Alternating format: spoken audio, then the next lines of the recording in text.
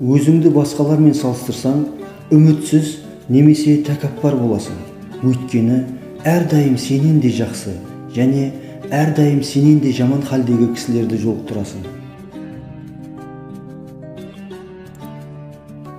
3 нәрседен қорық: Аллахтан, нәпсіңнен және Аллахтан қорықпағаннан. Нені пида етсең, сол саған ихсан етіледі. Нені қия алмасаң, сонымен сыналасың. Жаман адамдармен достасуың жақсы адамдар жайында жаман ойлауыңа себеп болады. Егер кішіпейілдік көрсеткенің өзіңе сезілсе, демек көкіректіктен әлі арыла алмағаныңның белгісі.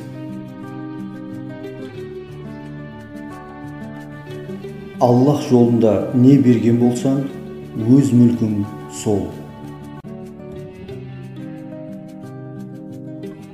Сол бір күнгі соттан қорық, соттың өзі куәгер болатын.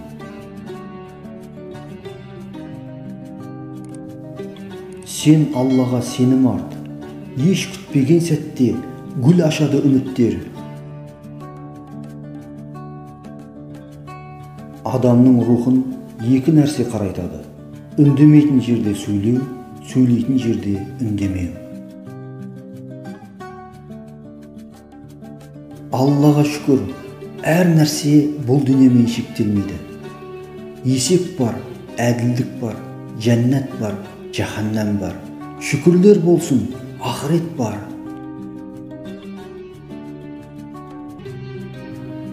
Шын жетімдер ата-анадан емес, білім мен әдептен айырылғандар.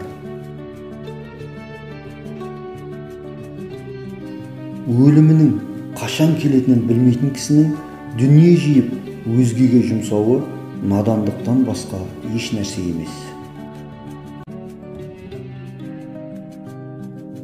Мылжың сөзге келгенде ақыр заман, намазға келгенде жоқ қой заман.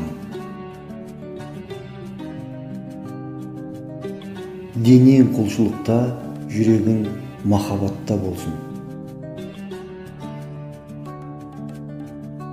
Ақылды кісі ерекшеліктері бар нәрселердің арасындағы ұқсастықтарды, ұқсас нәрселердің арасындағы ерекшеліктерді көреді. Намаздарыңды үнемі оқыңдар, Алланың мейіріміне бөленесіңдер. Ұлы адамдардың екі жүрегі болады. Бірі қайғы шегеді, бірі үміт етеді. Әдептілік ақылдың деңгейін көрсетеді. Адам әдебіне қарай ақылды, ақылына қарай құрметті, құрметіне қарай маңызға ие.